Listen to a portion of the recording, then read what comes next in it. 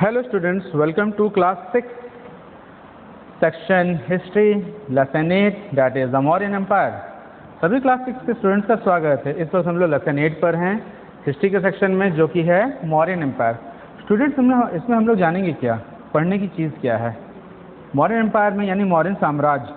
To understand the concept of empire, साम्राज्य का जो मुख्य परिभाषा क्या होती है उसको जानेंगे।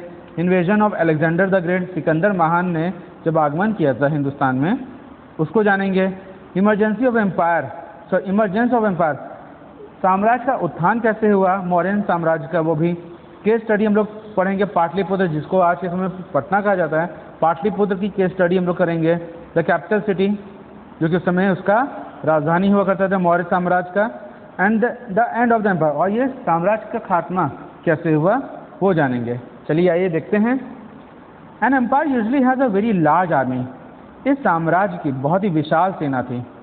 N empire also has a very large number of people living within it who carry on different trades and profession.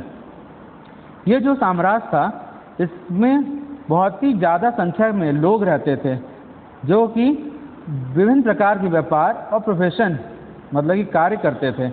Large supplies of food, timber and other sources are required to meet their needs. भारी मात्रा में जो supply होती थी खाने की, timber यानी लकड़ी की, और बाकी जो साधन होते थे जो उनकी ज़रूरतों को पूरा कर सकें, यानी मीट देयर नीड्स, यानी ज़रूरतों को पूरा कर सकें, उसकी सप्लाई सबसे ज़्यादा इन सब चीज़ों की होती थी। Therefore lot of planning, organisation, rules and regulations are required for an empire to function smoothly. Therefore lot of planning, इसी कारण बहुत ढेर सारी प्लानिंग, व्यवस्था, नियम, कानून की जरूरत पड़ी इस साम्राज्य को कार्य करने के लिए आराम से।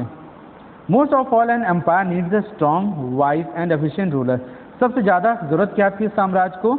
एक शक्तिशाली, एक समझदार, एक काबिल शासक की, in order to remain powerful, जो कि हमेशा सत्ता में बना रहे for a longer period of time, लंबे समय तक।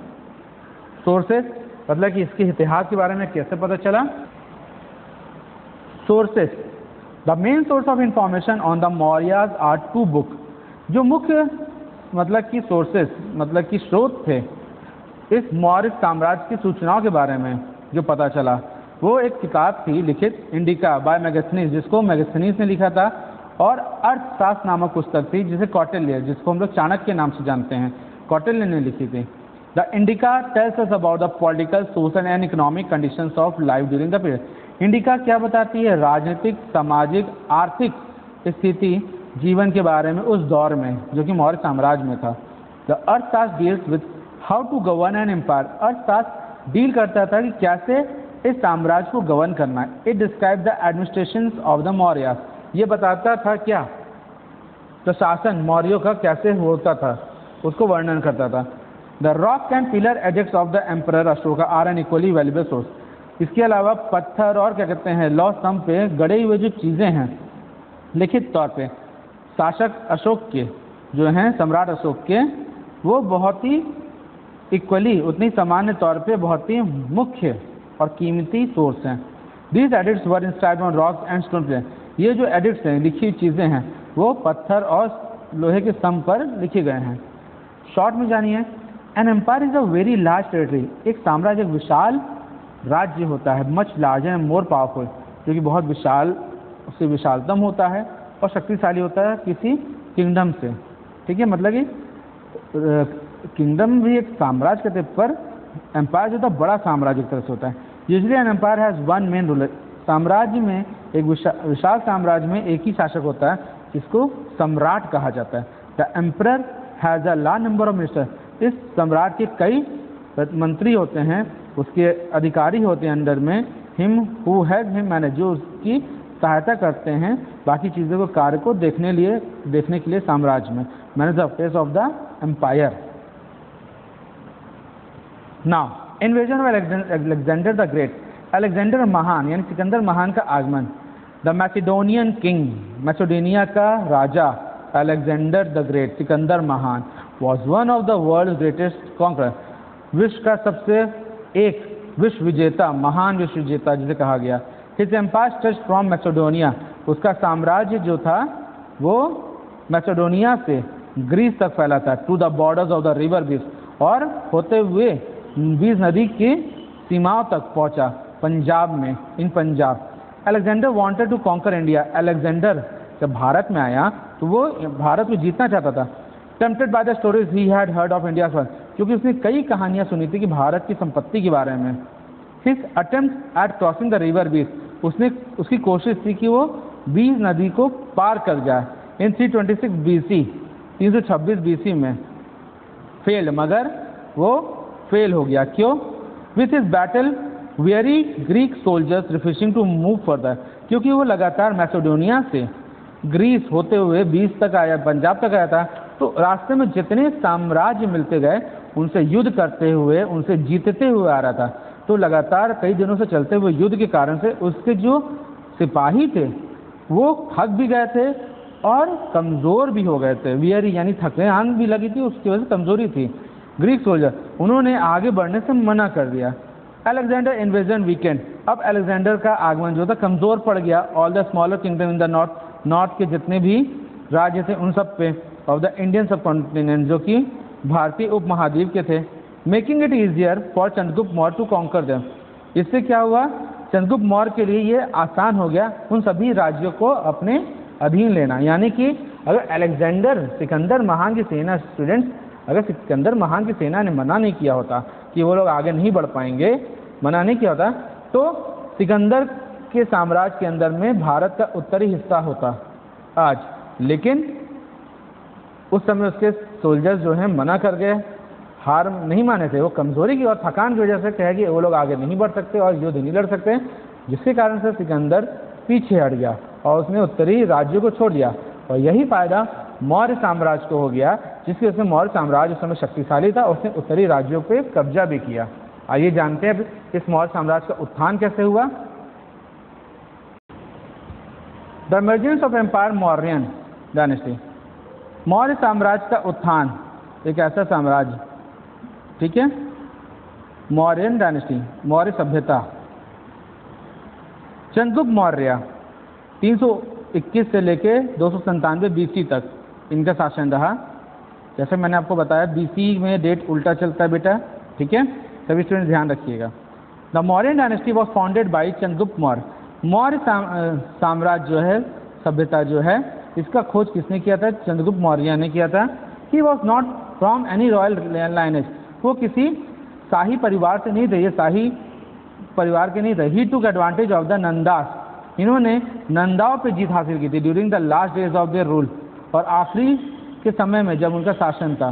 With the support of A wise ब्राह्मण, और किसकी मदद से? एक बहुत ही चतुर और निपुण और बुद्धिमान ब्राह्मण नेम चाणक्य, जिनका नाम चाणक्य था। He overthrew the Nanda dynasty from northern India, उन्होंने क्या किया, उत्तर में जो नंदा का साम्राज्य था उसको उखाड़ फेंका जड़ से। अराउंड 321 BC, फिर 321 BC के आसपास Chandragupta became the king of Magadh, वो मगध का राजा बन गया। It mark the beginning of the Maurya dynasty, और यहीं से शुरुआत हुआ चिन्ह इतिहास में मौर्य साम्राज्य का उत्थान। आफ्टर मैनी ईयर रूल्स, कई साल शासन करने के बाद he was succeeded by his son Bindusara, इसके पुत्र ने इसकी राजगद्दी संभाली। Chandragupta is the remembered in history as the founder of the first Indian empire, Chandragupta को कहा जाता है इतिहास में पहला खोजी जो कि भारतीय साम्राज्य का था। बिंदुसार 297 से 273 BC, Chandragupta was succeed by Bindusara, Chandragupta के बाद उसका जो पुत्र था बिंदुसार 297 से 273 BC तक राज किया। Who further extended the empire up to Mysore in south India, जिसने अपने साम्राज्य को मैसूर तक फैलाया, दक्षिण भारत। So the extent of the Mauryan empire was more और लेस द एंटायर इंडिया, सबको ने। So the extent of the Mauryan empire, इसलिए जो मौर्य साम्राज्य का जो विस्तार था वो कम ज़्यादा था, लेकिन पूर्णतः पूरी तरह से भारतीय उपमहाद्वीप तक फैला था। The only area which continue to remain independent was Kalinga, एक ही राज्य रह गया था जो इंडिपेंडेंट था यानी स्वतंत्र था, वो कलिंग, जिसे Ganjam district in modern Orissa, Orissa में आज के समय गंजम डिस्ट्रिक्ट कहा जाता है, कलिंग राज्य उस समय था।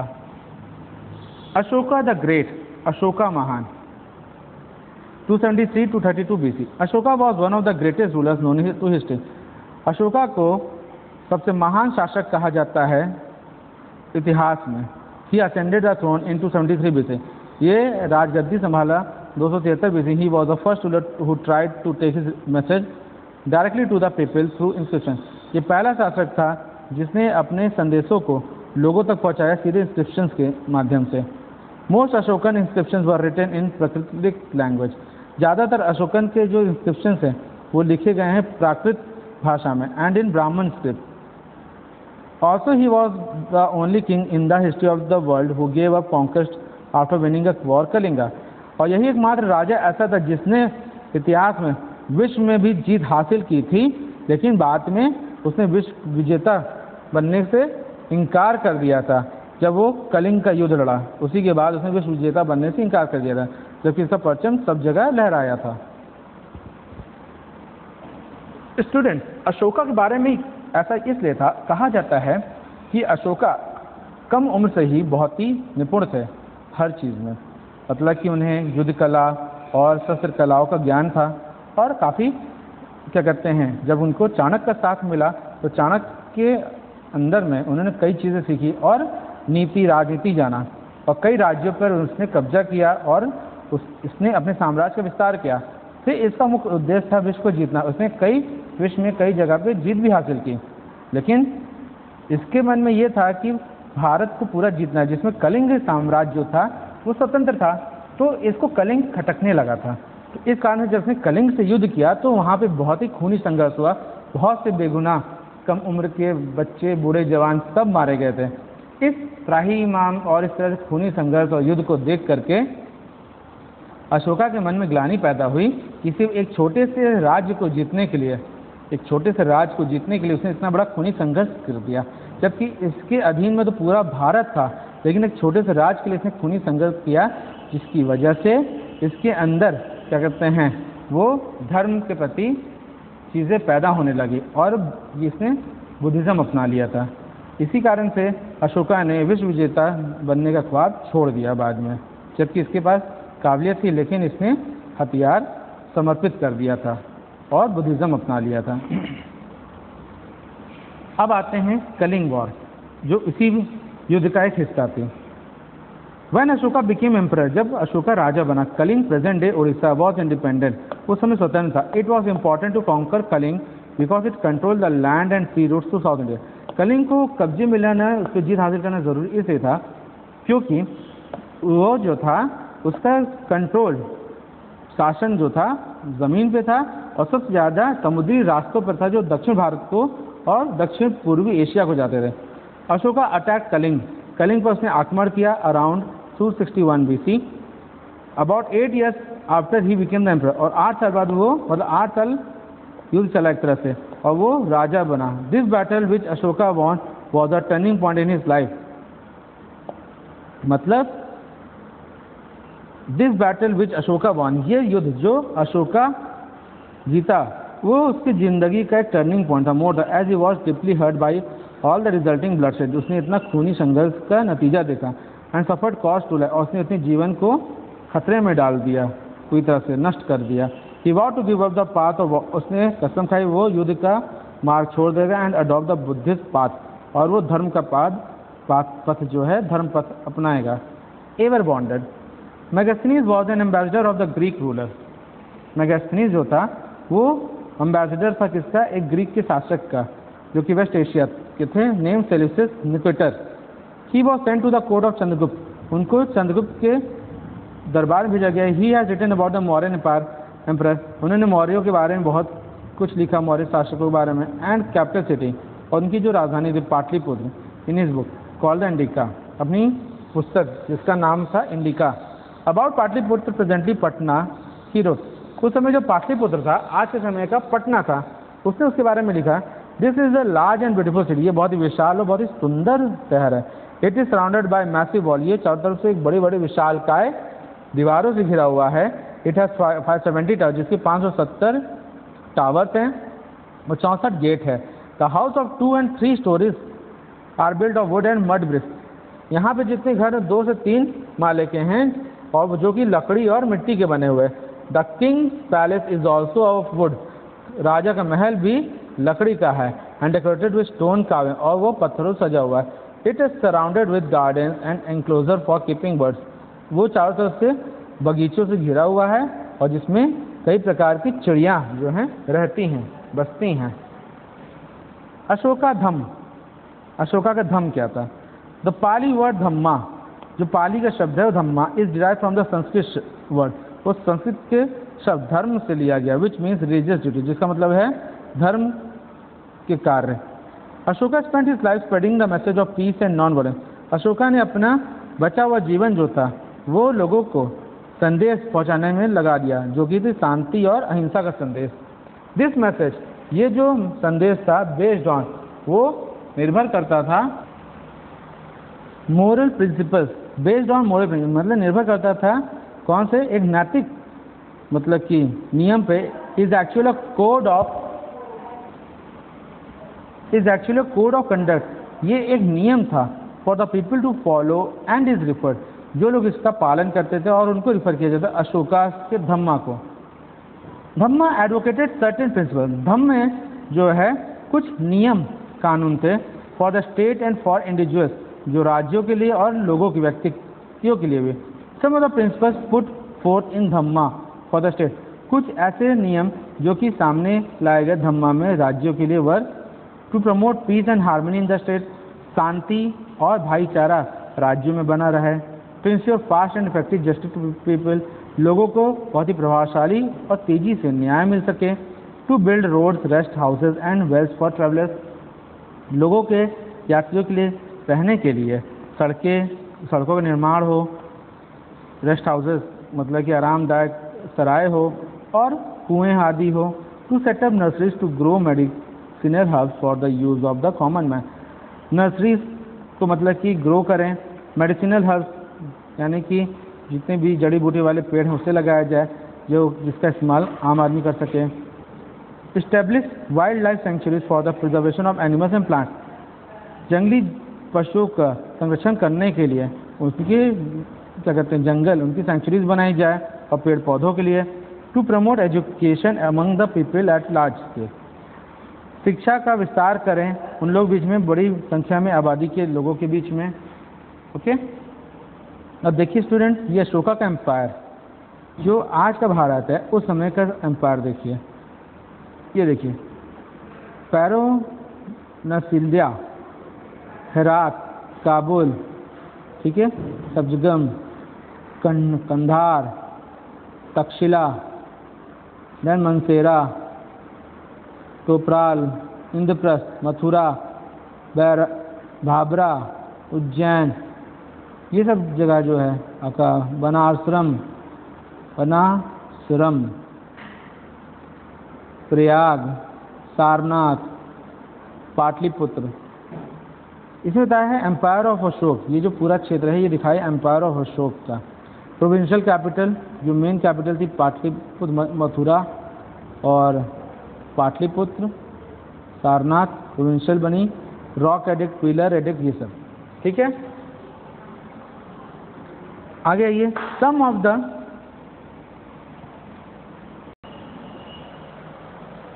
The principle advocated in dhamma for individuals, कुछ नियम जो धम्मा में बताए गए हैं वो क्या हैं? To live together in peace and harmony, हमेशा लोगों के साथ रहें शांतिपूर्वक और भाईचारे के साथ। स्पीक द ट्रूथ, हमेशा सत्य बोलना चाहिए। रिस्पेक्ट ऑल रिलीजन्स, सभी धर्मों का आदर करें। फॉलो द पाथ ऑफ अहिंसा, अहिंसा के पथ का पालन करें जो कि नॉन वायलेंस कहलाता है। टुवर्ड ह्यूमन्स एंड एनिमल्स, चाहे वो इंसान के प्रति हो, मनुष्य के प्रति हो, मनुष्यता के प्रति हो या जानवर के प्रति हो। To be kind to the poor, गरीबों के साथ अच्छा व्यवहार करें, इंक्लूडिंग सर्वेंट्स एंड स्लेव्स, आमतौर पे किसके साथ? नौकरों के साथ, गुलामों के साथ। To respect and obey elders, अपने से बड़ों का सम्मान और आदर करें। In order to spread his dhamma, Ashoka appointed special officer called Dharma Mahamatra, अपने धर्म के प्रचार के लिए अशोका ने अपॉइंट किया था कुछ अधिकारियों को जिनको धर्म महामात्रा कहा जाता है। तो स्टूडेंट्स, ये आपका पार्ट 1 था। देखिए हमने इसमें जाना क्या कि अशोका का विस्तार कितना हुआ क्षेत्र में, चंद्रगुप्त मौर्य कैसे आए, बिंदुसार कैसे हुए, फिर उन्होंने कहाँ कहाँ जीत हासिल की, और इतना युद्ध लड़ने के बाद अशोका ने आखिर में धर्म का पालन किया। ठीक है, ये आपका पार्ट 1 ओवर हुआ। पार्ट 2 आपको इसके बाद कंटिन्यू मिलेगा। Till then have a good day.